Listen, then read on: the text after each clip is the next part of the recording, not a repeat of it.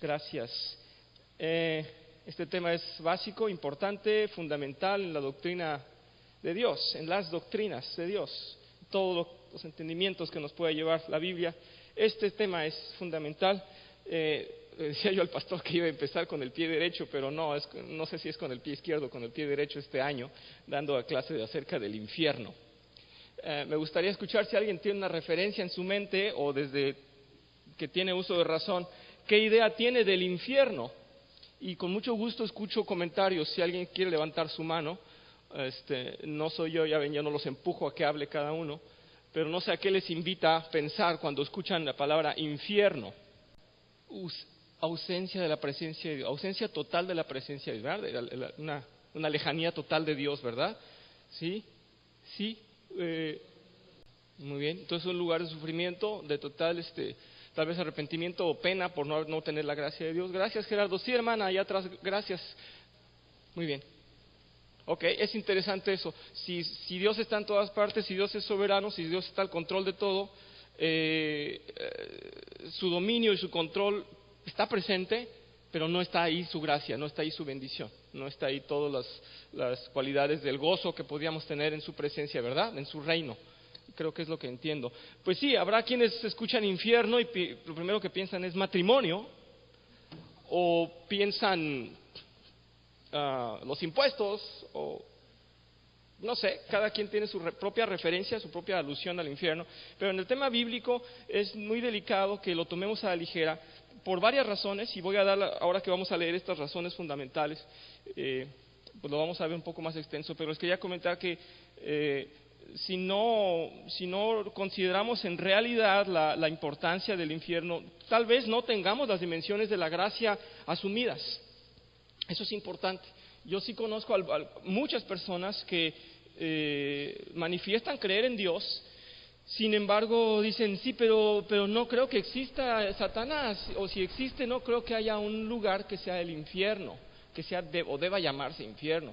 Y saben que la Iglesia Católica también ha contribuido a que, pues no sé por qué, yo creo que es la mano del enemigo que no solo en la Iglesia Católica siempre ha tratado de desviar las verdades de Dios, pero la Iglesia Católica ha contribuido a que el infierno se tome como a la ligera, como que tal vez no existe, o tal vez no es como tal. Los papas han hecho declaraciones como que la Iglesia debe de dejar de ser dogmática y que no nos debe decir cosas tan feas como un infierno. Incluso este papa se ha atrevido a decir que no es tan así, ¿verdad? Sí, Hugo, te escucho. Lupita, pues seguro que hagas, Señor, tu voluntad. Sí. Otro punto que es muy importante y lo vamos a tocar al final del tema en otro sentido, pero es el mismo, es ¿cómo le llaman esto? El purgatorio, ¿verdad? Que en la Iglesia Católica, para tranquilizar a los vivos de que sus muertos probablemente sí se salven, o que si se merecían el infierno de alguna manera con oraciones o pagando, ¿verdad? Pagando a la Iglesia, iba a salir el alma del infierno, porque no estaba inmediatamente en el infierno, sino que hay un paso intermedio que es el purgatorio, y que ahí hay que purgar, hay que lavar las penas ahí, las culpas, perdón, y de ahí ya podía entonces pasar al cielo. Y eso pues en ningún lugar en la Biblia está escrito. Nos pueden distraer algunas personas con mucha fe, con mucho carisma, y que nos digan eso, y nos pueden casi llevar a creérnosla a veces, porque dicen, bueno, yo sí creo en Dios, pero no creo ni en el diablo ni en el infierno. Y pues hay que entender, es muy importante que lo tengamos claro. Si Dios dice que Satanás existe y que el infierno existe, es así. Es así. Vamos a estudiar desde un punto de vista, ya lo saben, conmigo un poco más intelectual, pero me gusta ser sistemático, y espero que pueda aportarles algo este estudio. Antes de pasar a eso, también quiero decir que ciertamente para muchas personas, y lo decía un poco en broma, pero el matrimonio lo consideran como el infierno. No solamente el matrimonio, cosas, situaciones, circunstancias en esta vida las consideran como que están pagando. ¿Me explico? Como que están ya pagando lo que deberían de pagar en el infierno. Y entonces dicen, yo no, ¿cómo voy al infierno si ya sufrí tanto aquí? Pues quiero incomodarlos o atacar ese razonamiento, diciéndoles que no se parece en nada el sufrimiento que podamos comprender aquí o sentir con lo que hay en el infierno. Porque aquí la gracia de Dios está reteniendo el mal. La gracia de Dios está frenando en realidad el absoluto mal. El mal está, digámoslo así, dosificado en ciertas circunstancias. Los ataques de Satanás son de diferentes maneras, pero son no todos en un mismo tiempo. Y en el infierno es la concentración del mal. Es el mal absoluto. Entonces, cualquier sufrimiento que podamos comprender nosotros aquí, me duele tal cosa, o me preocupa tal cosa, o me afecta tal cosa, no se compara al sufrimiento total. Eso hay que comprenderlo. Y alguien me decía una vez que el sufrimiento ya era, el infierno ya estaba viviéndolo aquí en la tierra. No es cierto. La mala noticia es que allá va a ser peor. Eso hay que tenerlo claro. Vamos a leer entonces, si les parece, y es muy sencillo, tengo algunas imágenes para ustedes también. Dice así, es tal vez la enseñanza más incómoda de la obra de Dios, o de todas las doctrinas de Dios, la más ofensiva y perturbadora de la fe cristiana. Las razones para estudiar el tema, dice aquí, sabemos que millones de almas serán enfrentadas a juicio y presentadas ante Dios para ser condenadas al infierno por la eternidad. Eso es importante, por la eternidad. Es necesario enfrentar el tema y estudiarlo con detenimiento y a conciencia, ya que nuestro Señor Jesucristo mismo lo ha abordado con mucha insistencia y más que nadie en la Biblia. Les tengo esto para que lo comprendamos un poquito más. De los 1870 versículos que aparecen en el Nuevo Testamento provenientes directamente de las palabras de Dios, de la voz de nuestro Señor Jesús, dice el 13% es dedicado al infierno o al juicio de Dios. El 13% nada más. Y vemos que la palabra Gehenna, que significa en griego el infierno, aparece 12 veces en el Nuevo Testamento y 11 de ellas fueron pronunciadas por Cristo. Quiere decir que el Señor en realidad hizo un énfasis y no es para tomarlo a la ligera. Antes de predicar acerca de su gracia y antes de decir, aquí está la gracia en vivo para ustedes, dosificada, como en provisión de Dios, aquí está la absolución, aquí está la nueva amistad con Dios, aquí está el perdón. Estaba diciendo, hay un infierno.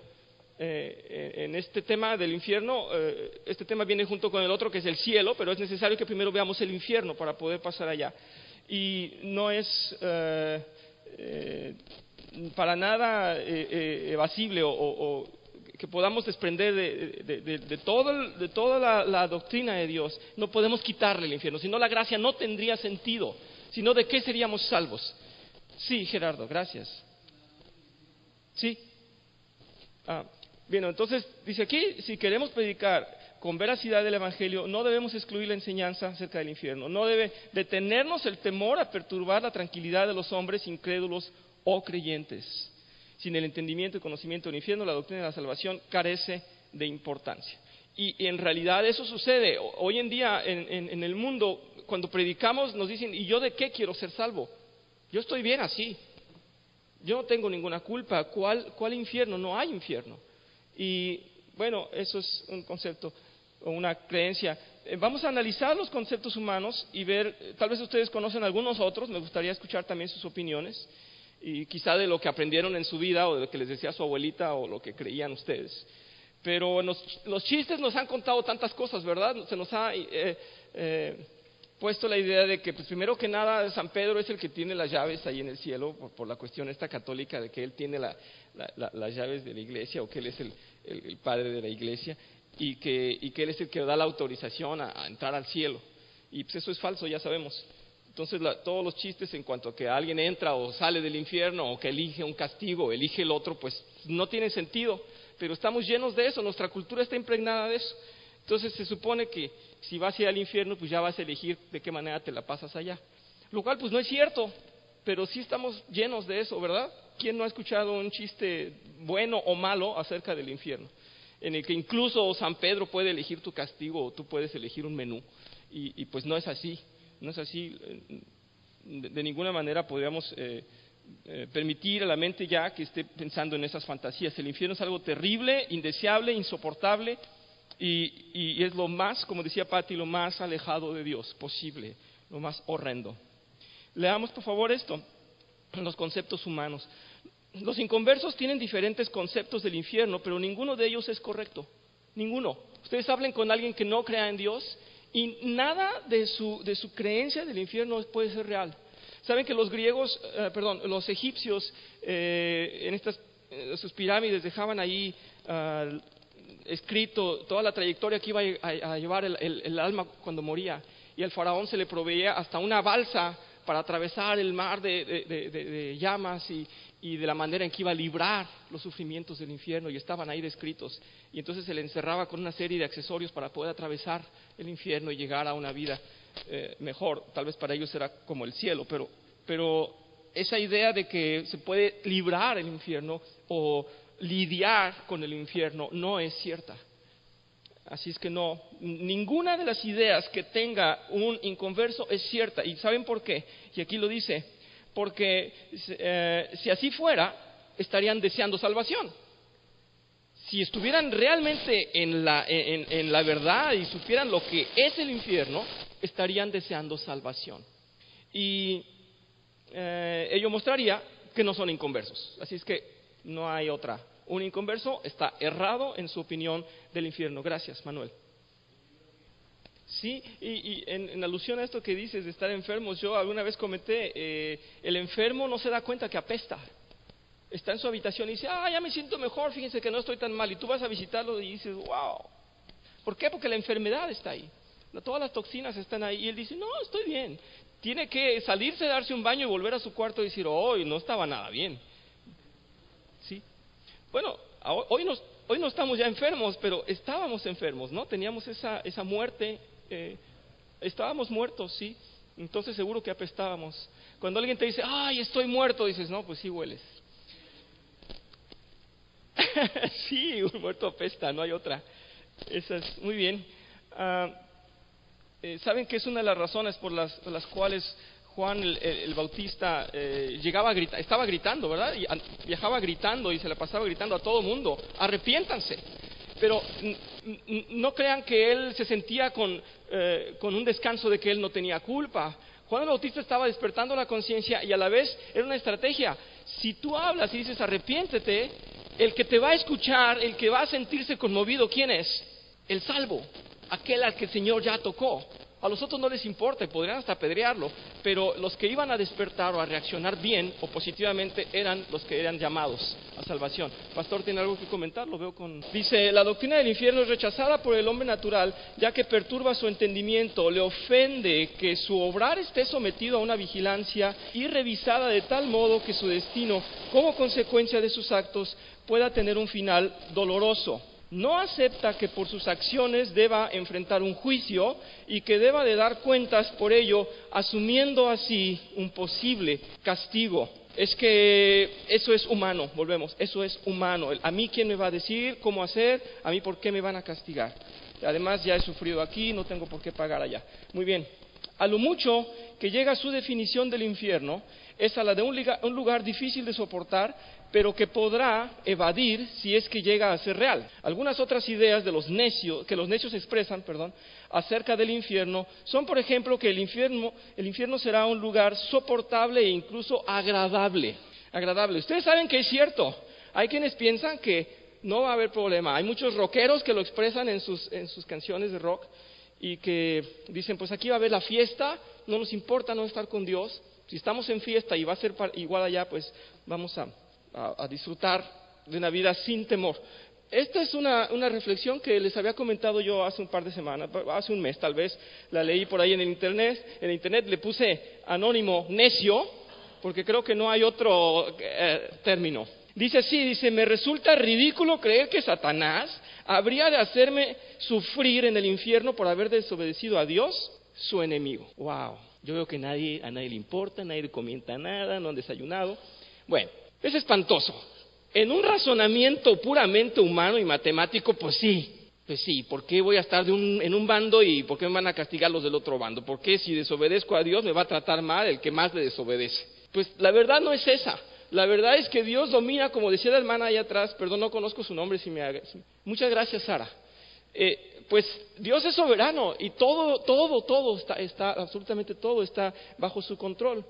Y El hecho de que Dios no esté presente en su gracia y en su esplendor ahí, en su gloria, no quiere decir que no tenga control y dominio de esto. El infierno es el lugar peor que tiene Dios en su dominio, en todo lo que existe. Es aún ahí donde Él manda. Así es que el sufrimiento será algo que merecemos. Y recordemos esto, creo que es fundamental comprenderlo. Desde el Antiguo Testamento, desde un principio de la obra de Dios. El fuego significa quemar, consumir todo aquello que pasa por el juicio de Dios, todo aquello que no corresponde a la santidad, todo aquello que no es bueno a los ojos de Dios merece fuego, merece quemarse. Hemos visto la representación de Dios en fuego. Y Él lo habla, es el fuego consumidor. Y para ser purificados nosotros, en la primera carta de Pedro dice que tenemos que pasar por fuego para realmente ser purificados.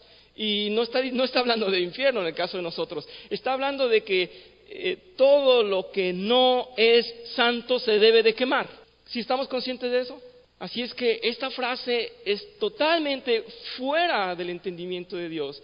Es un verdadero necio el que considera que estará bien en el infierno. Nadie estará bien en el infierno. Es terrible, hermano.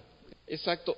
Satanás no va a ser el que les proporciona felicidad o el que puede decidir dentro del infierno. Satanás se va a quemar con ellos, sí. Exacto. Si no conocen los fundamentos de Dios, no pueden conocer los finales, ¿no? Si no conocen la base, no pueden conocer lo demás. Estoy totalmente de acuerdo. Seamos cuidadosos